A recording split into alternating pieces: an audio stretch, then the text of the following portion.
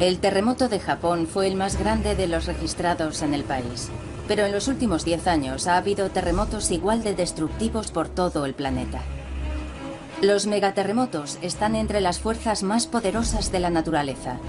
Compiten con la energía destructiva almacenada en un arsenal de bombas atómicas.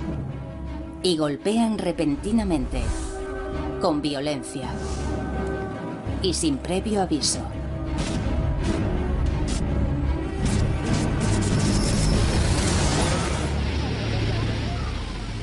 En 2004, un megaterremoto desencadenó en Sumatra un monstruo que mató a más de 250.000 de personas.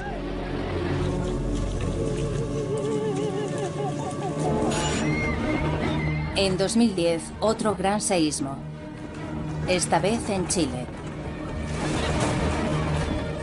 Este megaterremoto tenía la potencia de miles de bombas nucleares. Aceleró la rotación de la Tierra. Acortó la duración del día en un microsegundo y desplazó 3 metros una localidad entera. Muchos investigadores sospechan que el noroeste del Pacífico está ahora en el mismo punto de mira. 3 grandes ciudades: Vancouver en la Columbia Británica, Seattle en Washington y Portland en Oregón, y 10 millones de personas se sitúan justo en la zona de peligro. Algunos expertos pronostican una cifra de muertos comparable a la Segunda Guerra Mundial.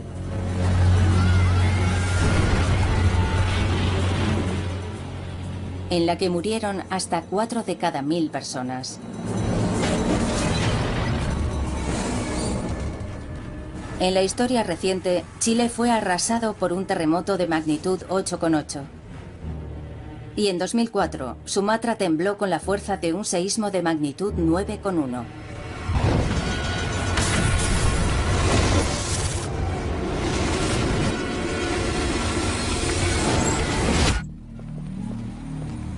Los investigadores piensan que la amenaza de un megaterremoto es real.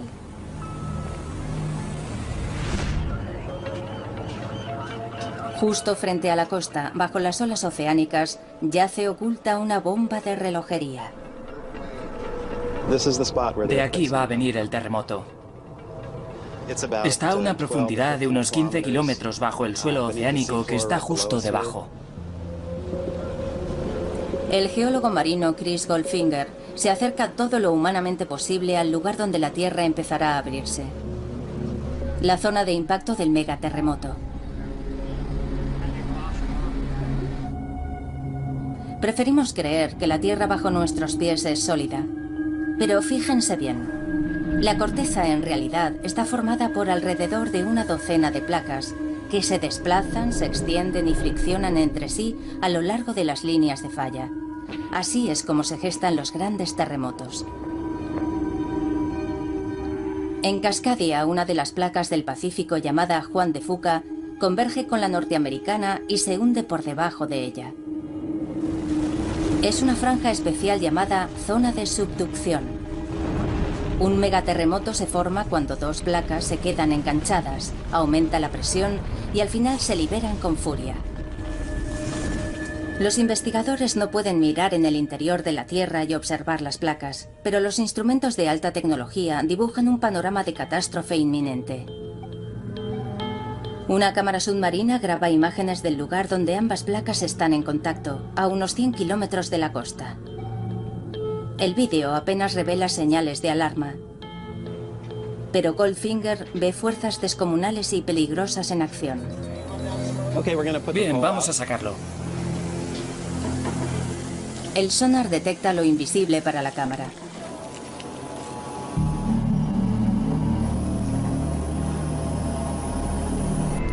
Okay. About where that 20,000 mark is? Yeah, that'd be perfect. Si la falla es inofensiva, el lecho marino tiene un aspecto uniforme y tranquilo. Y eso indica que las placas se están deslizando una junto a otra sin impedimentos. Si el sonar detecta montañas, es que las placas están enganchadas y se gesta un terremoto.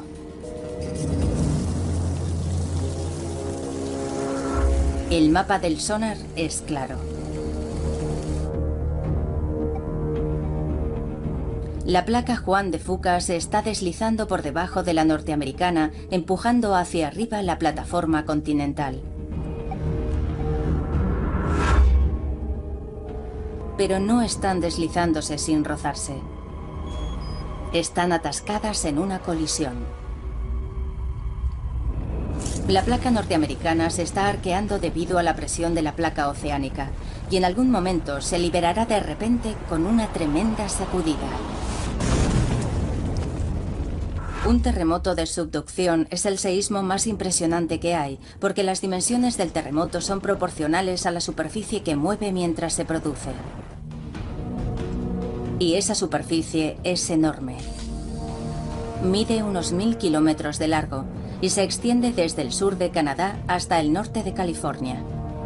Tiene al menos 50 kilómetros de ancho. Es tan grande como Irlanda. Una superficie tan extensa crea un terremoto colosal. La falla que lo origina es tan grande que los científicos la han llamado megasacudida. Aunque ya se han registrado otros con anterioridad, ninguno ha puesto en peligro una zona tan desarrollada como Cascadia. En los últimos tiempos no ha habido ningún megaterremoto en una gran ciudad. El mundo aún no ha visto tal grado de destrucción en una gran urbe.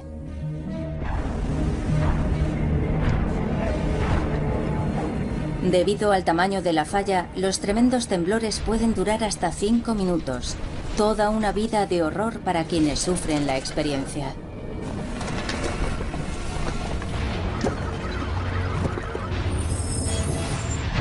Los terremotos en zonas de subducción son diferentes porque tardan mucho más en romper debido a que la fractura abarca una extensa zona.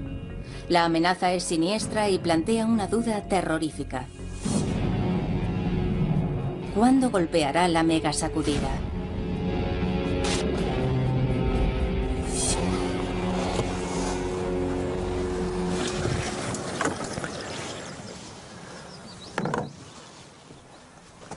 Los geólogos Rob Wither y Tim Walsh buscan pistas. Algunos indicios son crípticos y oscuros, como las leyendas milenarias de los indígenas americanos.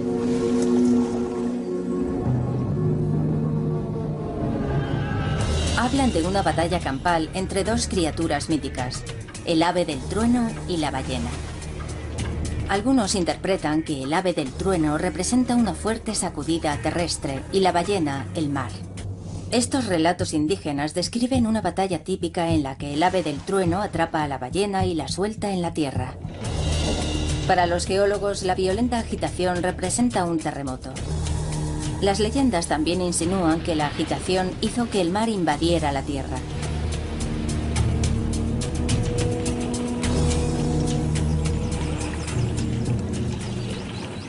Este conjunto de árboles muertos desde hace milenios se conoce como el bosque fantasma. Un bosque petrificado que tiene una historia que contar.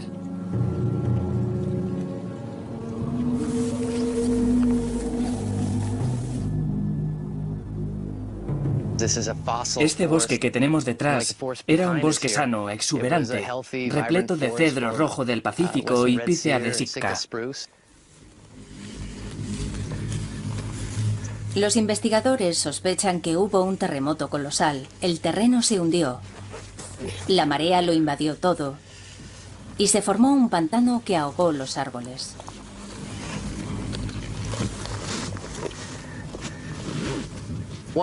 Al quedar sumergido, el bosque no pudo sobrevivir en agua salada y los árboles empezaron a morir.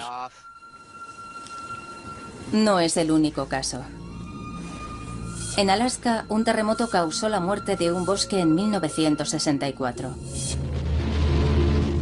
La sacudida de magnitud 9,2 fue de las mayores registradas en la historia.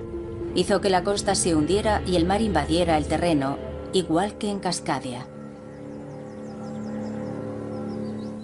Sería una asombrosa coincidencia que le hubiera causado otra cosa que no fuera un gran terremoto, como los que hemos visto. La datación por carbono demuestra que el bosque fantasma se destruyó hacia el 1700, aunque la fecha definitiva la confirma otro hecho, acaecido al otro lado del mundo. En Japón. Y que también causó una gran inundación. El reciente tsunami de Japón no ha sido el primero en golpear el litoral japonés. Surgidas de la nada, unas olas gigantescas alcanzaron violentamente la costa. Ocurrió el 27 de enero de 1700, en la época en que murieron los árboles de Cascadia. Apuntaba a Cascadia como el lugar donde se había formado el tsunami. Las piezas encajaban. En enero de 1700 había tenido lugar un terremoto colosal que había hundido la costa y anegado los bosques. Y de la misma forma que con el reciente terremoto de Japón, se formó un tsunami que en poco tiempo alcanzó las costas americanas. El terremoto de Cascadia también había generado un tsunami tan potente como para inundar las tierras de los desprevenidos campesinos a miles de kilómetros. Tuvo que ser un terremoto de magnitud 9 o 9,1. Es decir, tuvo que romperse toda la zona de subducción de Cascadia, de un extremo a otro. Y eso es una distancia de unos 1000 kilómetros. Los megaterremotos han azotado Cascadia en un pasado reciente.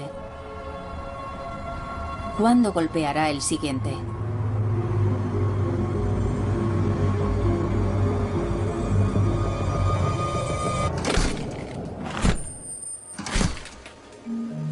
En una fría cámara de la Universidad Estatal de Oregón, Chris Goldfinger busca pistas entre montones de tierra. Son muestras que ha recogido del suelo oceánico a gran profundidad.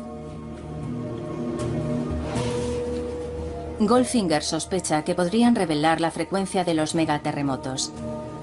Tiene unas 200 muestras de testigos de sondeo. Juntas cuentan una historia que abarca 10.000 años. Al menos para un geólogo capaz de interpretarlas. Lo que vemos aquí dentro son sedimentos de los últimos miles de años. Esto es un terremoto que va desde aquí hasta aquí. A partir de los sutiles cambios en el terreno, Goldfinger deduce un patrón. Los cambios marcan dónde se ha desencadenado un deslizamiento de tierras submarinas debido a un terremoto. La datación por carbono determina en qué momento golpean las ondas sísmicas. Los resultados no auguran nada bueno. En los últimos 10.000 años se han producido megasacudidas aquí en 19 ocasiones. El terreno que está debajo de Cascadia no es tan estable como se pensaba. El periodo mínimo entre un terremoto y otro es de 170 a 200 años. Ya han pasado unos 310 desde el último, y es probable que se produzca otro terremoto. Nuestros instrumentos no pueden medir con precisión cuándo golpeará el próximo megaterremoto. Pero el geólogo Tim Melbourne ve indicios de lo destructivo que puede llegar a ser. Bueno, vamos a ver lo que tenemos aquí. Este instrumento es lo último en sistemas de localización de posición.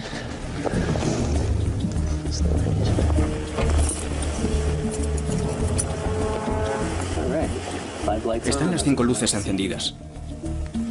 El sistema GPS revela lo que no podemos ver ni sentir, y las lecturas son alarmantes. Aquí el terreno se está moviendo. Esta estación se mueve unos 2 centímetros por año, porque a medida que la placa Juan de Fuca se va deslizando por debajo del continente, arrastra a la placa norteamericana. El GPS emite una luz que indica una fuerza increíble. El movimiento varía, pero por término medio, la región está siendo empujada en dirección oeste a un ritmo de 4 centímetros al año. Es una distancia descomunal en términos geológicos. Desde que se produjo el último megaterremoto en 1700, Cascadia se ha desplazado hasta 12 metros. Y también vemos en el GPS que la línea de costa se mueve a mayor velocidad que el terreno que está más al interior, y eso hace que la placa norteamericana se abombe. Una franja de unos 1000 kilómetros se está comprimiendo.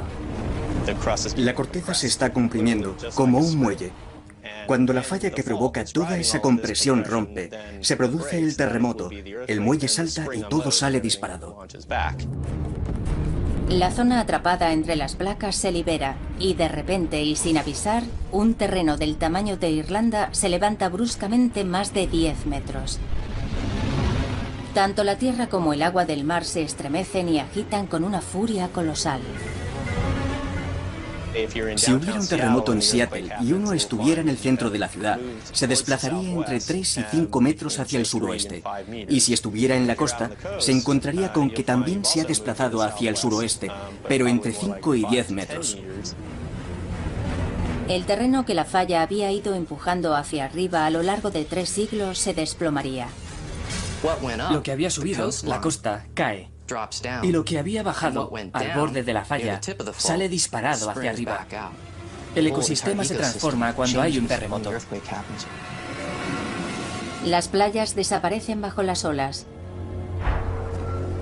Las ciudades costeras que están más hacia el interior se encuentran con el océano a las puertas. Un bosque tras otro podrían dejar de existir.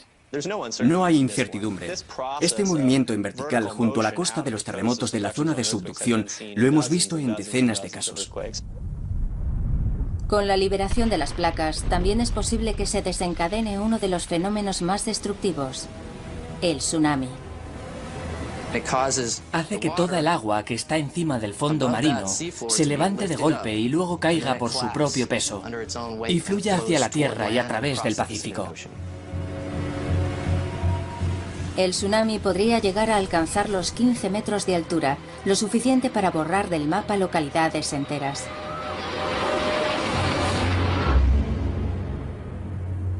La falla tectónica de Cascadia empieza a revelar las fuerzas titánicas que están en liza. Pero queda una duda. ¿A qué distancia de las áreas metropolitanas se está moviendo la falla y genera las ondas sísmicas? Algo muy preocupante es que el megaterremoto se desencadene a menos de 150 kilómetros de Seattle, la ciudad más importante de la región. Ahora, nuevos indicios demuestran que puede golpear mucho más cerca incluso.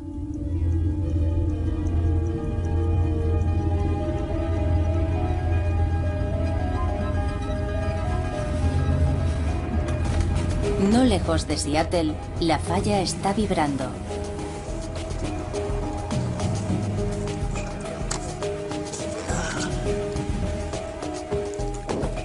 Los cambios no son tan repentinos como los de un terremoto normal. Son muy lentos. Esta falla, que a todos nos preocupa tanto, no es algo muerto e inanimado. En realidad, es algo que está muy vivo. Unos 80 kilómetros hacia el interior desde la costa, las placas de Norteamérica y Juan de Fuca friccionan entre sí. Melbourne hace un seguimiento de los temblores en un instrumento subterráneo que registra los movimientos de la falla. Rex, hay que poner esto abajo, en la arena. Manténlo derecho y pégalo en el registrador de datos. Así podemos ver, minuto a minuto, dónde se está moviendo la falla de Cascadia y cuánto se ha desplazado en las últimas 12 horas. La falla no se mueve todos los días, sino a breves intervalos de 14 meses. Los cambios son los primeros movimientos sísmicos que los expertos han aprendido a predecir aquí. Y llegan como un reloj cada 14 meses. En el laboratorio de Melbourne, en la Universidad Central Washington, se vierten los datos de todos los instrumentos repartidos por el estado. Melbourne los analiza por dos motivos: las señales de un episodio más grave y lo cerca que se sienten los temblores en Seattle.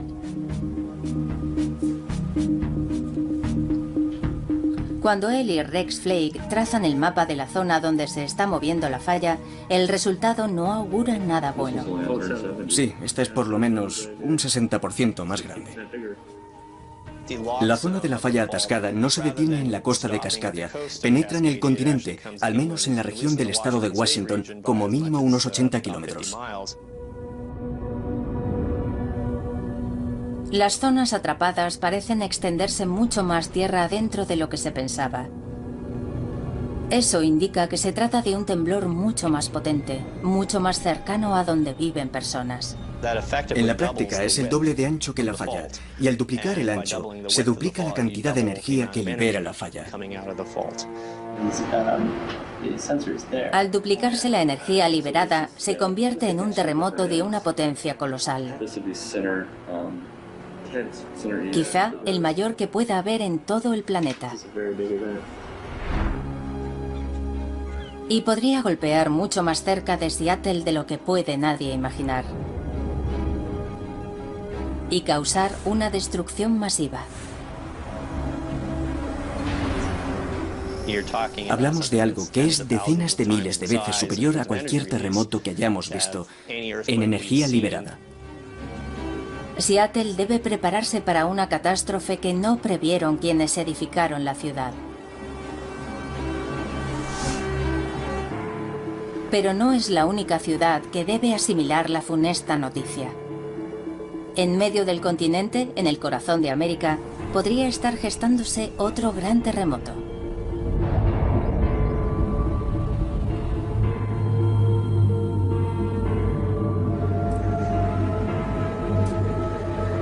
Memphis, Tennessee, está muy alejada del paisaje sísmico tradicional. Sin embargo, aquí la tierra puede temblar con una fuerza capaz de detener el curso del poderoso río Mississippi. Eso fue lo que presenciaron con absoluta perplejidad los primeros colonos en 1811. En diciembre comenzó el temblor.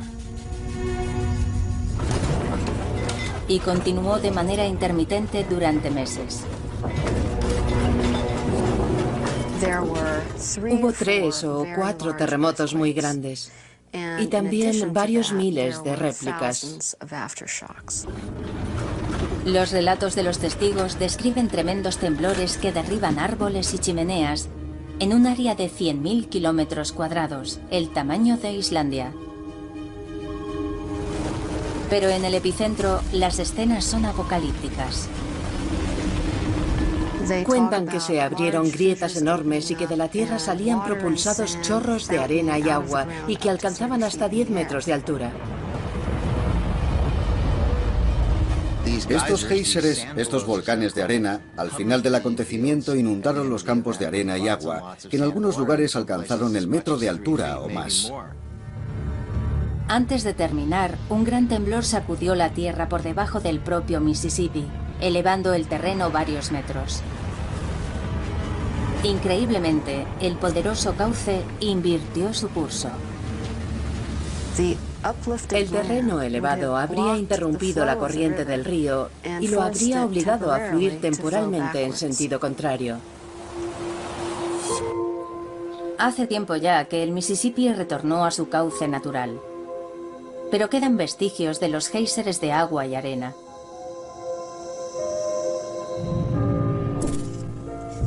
Las excavaciones de estos géiseres y la búsqueda de fallas ocultas ponen al descubierto lo que sucedió aquí y lo que puede ocurrir en Memphis.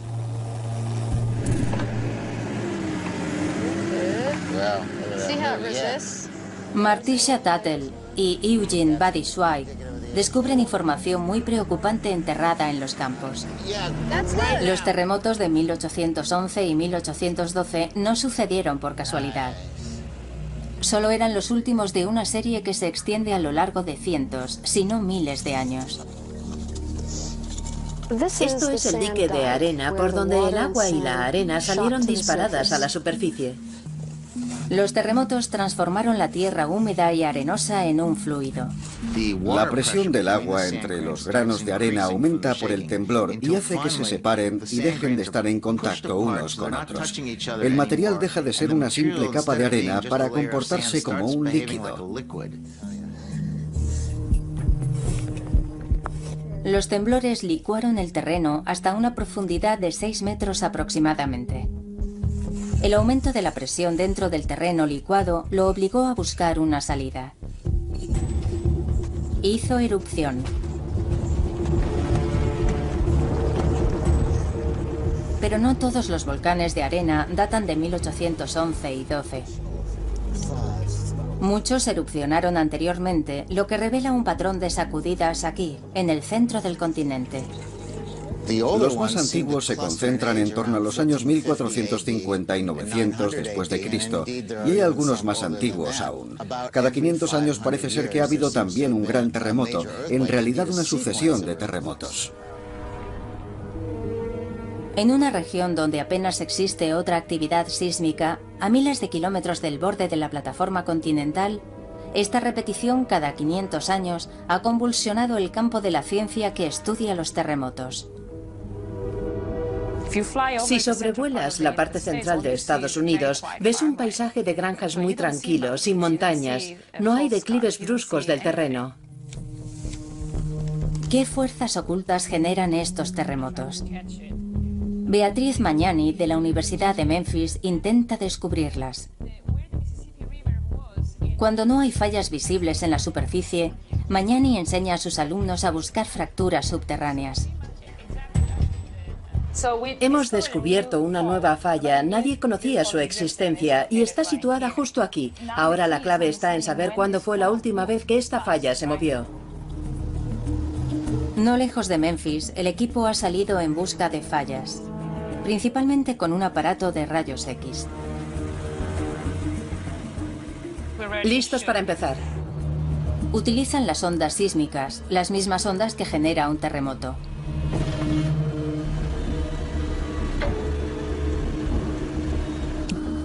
Las ondas rebotan contra el sedimento que hay abajo y retornan, y son recogidas por unos dispositivos de escucha llamados geófonos. Los datos registrados revelan la existencia no de una falla, sino de muchas. Nos encontramos con que hay múltiples fallas que están ocultas bajo los sedimentos del río Mississippi. Es un fenómeno fuera de lo común que los geólogos todavía se afanan en comprender.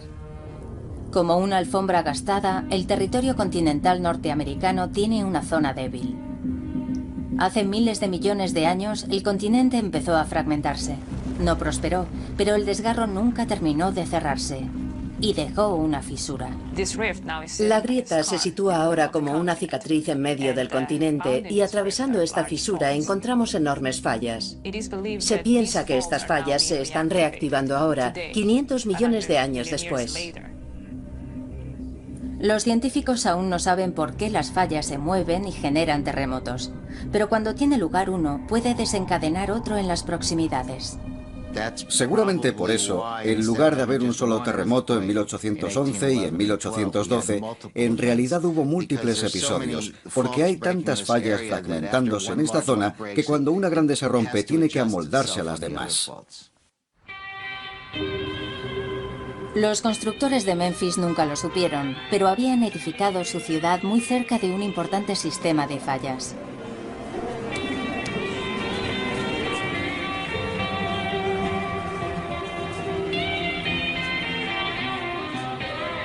Memphis, Tennessee, no está preparada para un terremoto, pero si los científicos tienen razón, tendrá que enfrentarse en breve a un seísmo capaz de reducir a escombros la ciudad y amenazar la vida de sus habitantes. A tenor de algunas mediciones, el peligro es tan grande como en California. Calculamos que el índice de probabilidades de que en los próximos 50 años se produzca un terremoto de magnitud en torno a 6 es del 80 o 90%. Los terremotos que sacudieron este lugar en 1811 y 12 fueron incluso más potentes, y los chorros que brotaron del interior cubrieron de arena una inmensa área. Estas marcas son tan grandes que pueden verse desde el aire. Vamos a echar un vistazo a aquella zona de allí. Muy bien.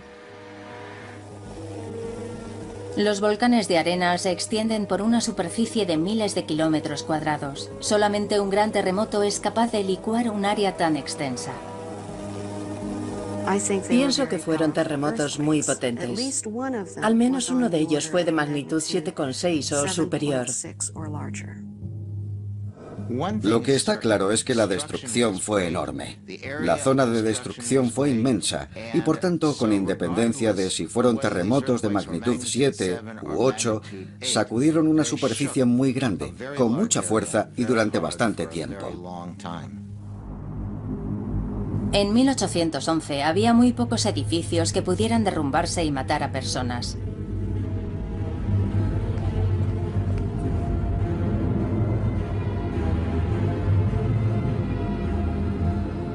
Pero hace muy poco hemos sido testigos de lo que puede suceder cuando un potente terremoto sacude una ciudad desprevenida.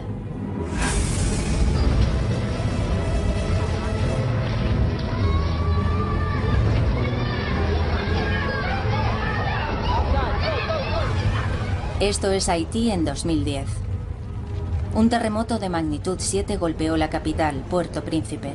No fue tan potente como los terremotos de 1811 y 12 en Estados Unidos. Y sin embargo, dejó a la ciudad de Puerto Príncipe sumida en la ruina absoluta. Murieron más de 200.000 personas. No es probable que Memphis sufra una destrucción semejante, pero la vulnerabilidad de la ciudad preocupa a los responsables de situaciones de emergencia, como Jim Wilkinson.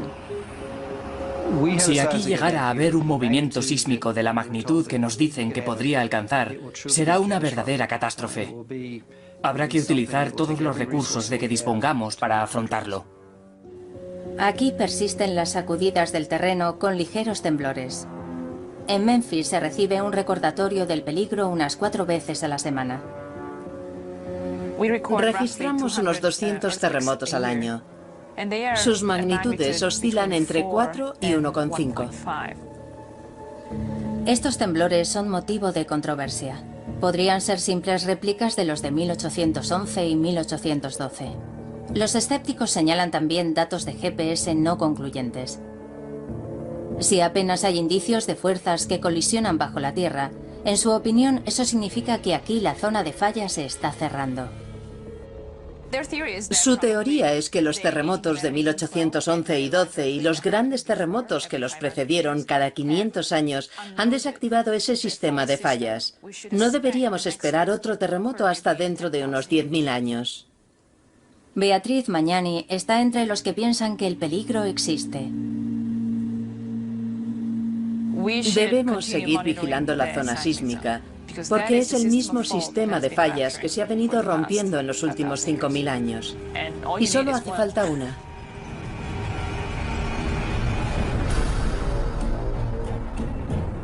A las afueras de Memphis hay una falla oculta que podría comportarse como un muelle. Está a punto de saltar.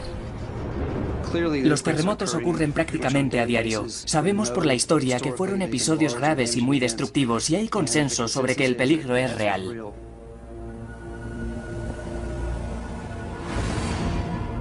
$3.000 kilómetros al noroeste, en Cascadia, no hay controversia. Aquí el tiempo ya ha empezado a correr. Los científicos intentan determinar si las ciudades superarán la sacudida de un megaterremoto. Si hubiera un seísmo semejante aquí, sería el primero de la historia que golpea una gran ciudad de Estados Unidos. Resulta que nunca hemos tenido un terremoto tan fuerte cerca de edificios tan altos. Tom Heaton, del Instituto de Tecnología de California, y Kim Olsen, de la Universidad Estatal de San Diego, han estudiado cada uno por su cuenta cómo afectaría un megaterremoto a Cascadia. En el modelo tridimensional de Olsen, toda la región sufre una brusca agitación. Aparece coloreado de amarillo y verde. Es un fenómeno observado en muchos terremotos. El terreno se agita de un lado a otro muy deprisa. Con una vibración tan rápida, los edificios de ladrillo sin reforzar tienden a derrumbarse. Son edificios que suelen terminar en escombros, matando a las personas que están dentro.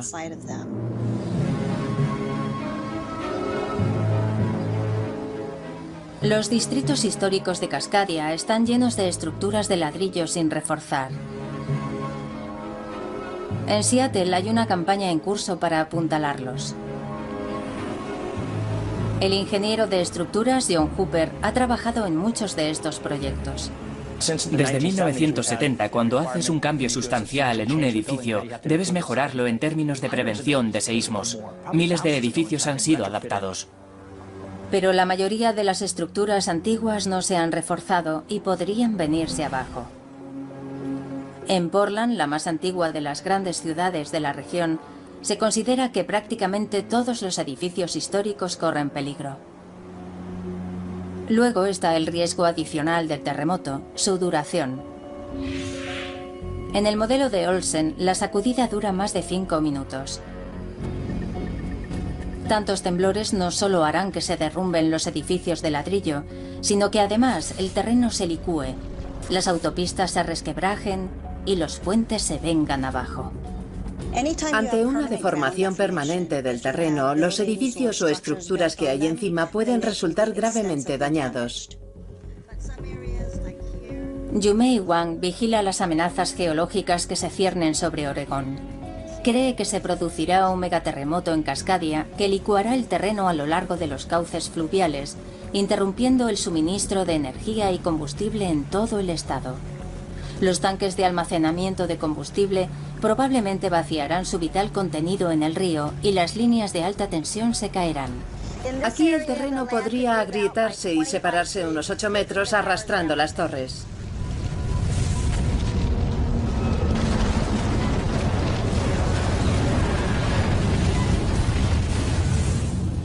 Lo que más preocupa a Heaton y Olsen es cómo se comportarán los rascacielos. Sobre todo los de la ciudad más importante de la región, Seattle.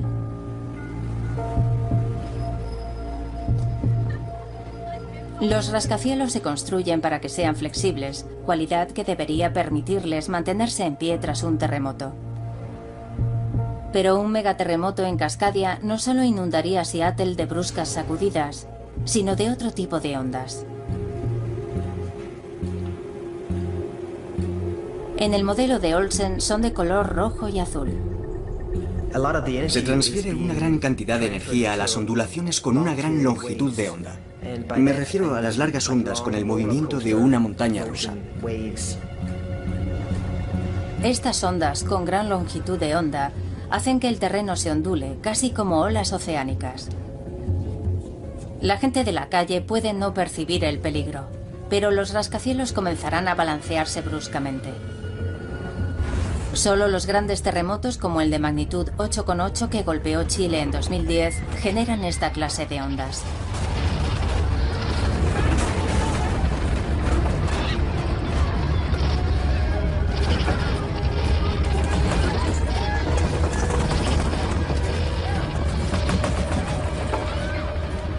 Estas ondas pueden ser especialmente peligrosas en Seattle, porque la ciudad está asentada en suelos profundos que atrapan la energía sísmica. Amplifica esos movimientos lentos de la Tierra. Hace que sean mayores y que duren más tiempo. Lo que tememos es que el balanceo se acentúe tanto que los rascacielos terminen desplomándose.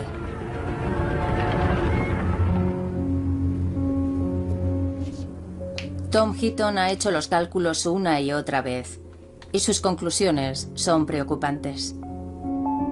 Si la parte superior del edificio oscila más de unos 90 centímetros con respecto a su base, empezarán a verse algunos daños permanentes.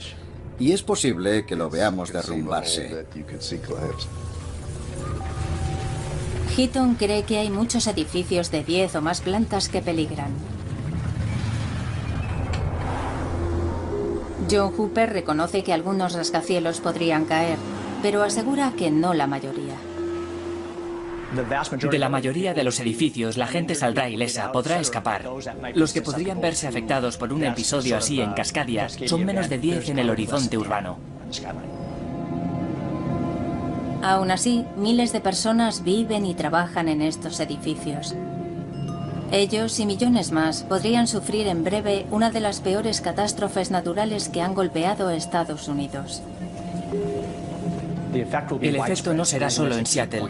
Podría ir desde Vancouver, todo hacia el sur hasta el norte de California.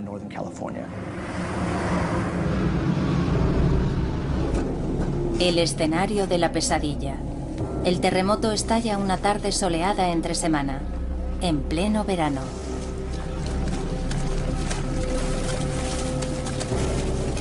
Muchos están en el trabajo, en estructuras altas, en antiguos edificios de ladrillo que pueden derrumbarse. Miles más están disfrutando en la playa. Justo frente a la costa del norte de California, de repente se desata el megaterremoto. La ruptura comienza en un extremo de la falla rasgando como una cremallera. Avanza a unos 3 kilómetros por segundo. Al salir disparada hacia arriba, la placa norteamericana genera un tsunami. A 1000 kilómetros por hora, tardará 4 horas en alcanzar Hawái. Y 8 en inundar Japón. Se espera que allí la mayoría se haya desplazado a terrenos más elevados. En Norteamérica lo que llega primero no es el tsunami, sino las potentes ondas sísmicas que atraviesan la Tierra a una velocidad de 11.000 kilómetros por hora. Ocurrirá sin previo aviso. La gente sabrá que el terremoto golpea cuando la Tierra empiece a temblar. Va a dejar sin palabras a todo el mundo. La Tierra va a temblar con una fuerza que nadie ha sentido antes. Los puentes se vienen abajo. El suelo se hunde. En menos de 2 minutos, las primeras olas llegan a Portland, Oregón.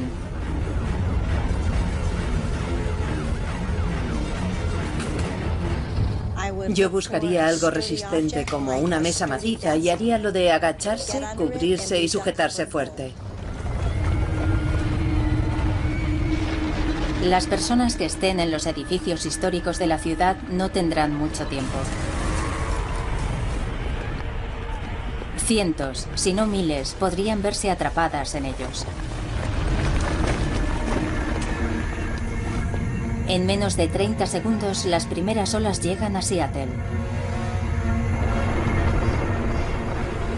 La violenta sacudida no es sino el principio de lo que le espera a la mayor ciudad de Cascadia.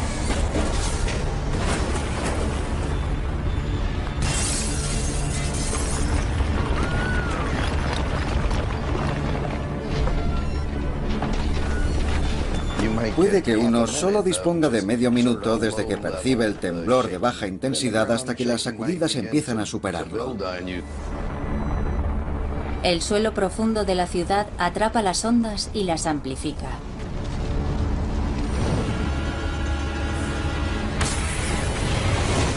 Si estás en un edificio alto, notas que empieza un tambaleo enérgico.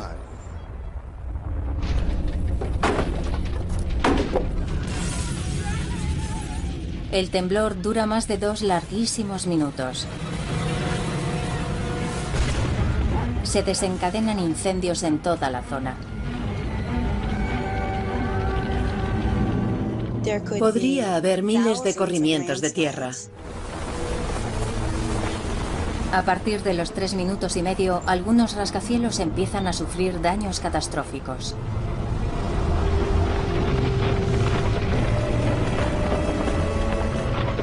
En la mayoría de los edificios de acero empezarán a fracturarse las soldaduras. En el caso del hormigón empezarán a abrirse grietas en ese material.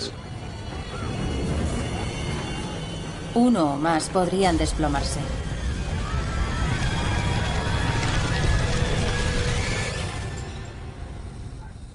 Parece una eternidad, pero al cabo de 5 minutos y medio, el suelo al fin deja de temblar. Los supervivientes de las ciudades desalojan la zona. Acaban de sufrir uno de los fenómenos más violentos del planeta.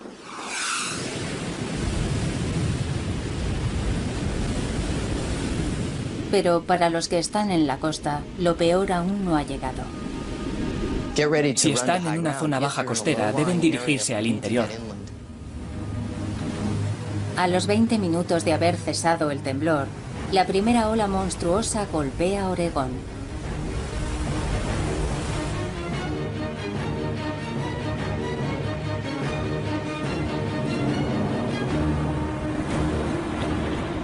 No es una simple ola.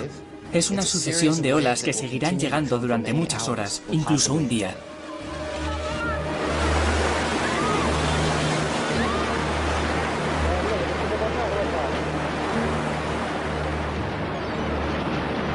Cuando termine, 3 grandes ciudades habrán quedado prácticamente aisladas y destrozadas.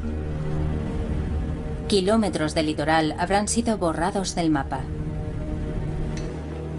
Miles de edificios habrán quedado destruidos o con daños permanentes. Más de 1 millón de personas se habrán quedado sin hogar. En Oregón habrán muerto hasta un total de 5.000 personas. Y pensamos que es un cálculo a la baja y que la cifra puede ser mayor.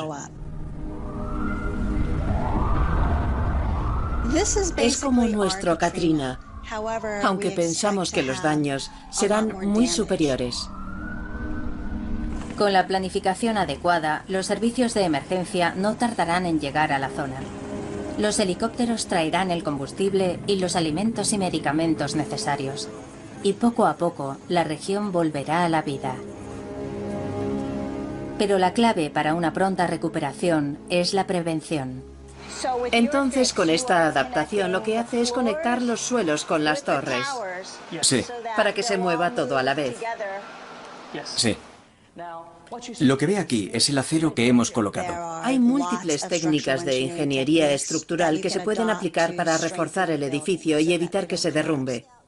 Cientos de personas trabajan en este laboratorio de la Universidad Estatal de Portland. Piensan que se hubiera derrumbado en un megaterremoto en Cascadia. Si se hace la adaptación adecuada, este edificio se comportará mucho mejor que un edificio normal. Estados Unidos es un país resistente. Después de sufrir catástrofes como la del Katrina o los atentados del World Trade Center, fuimos capaces de recuperarnos y después de un terremoto en Cascadia, sabremos recuperarnos. Hoy, un día cualquiera de verano, Cascadia es la imagen de la tranquilidad, completamente ajena al peligro que acecha en el fondo del mar y en las profundidades de sus majestuosos volcanes. Portland, Vancouver y Seattle están a salvo. Por ahora.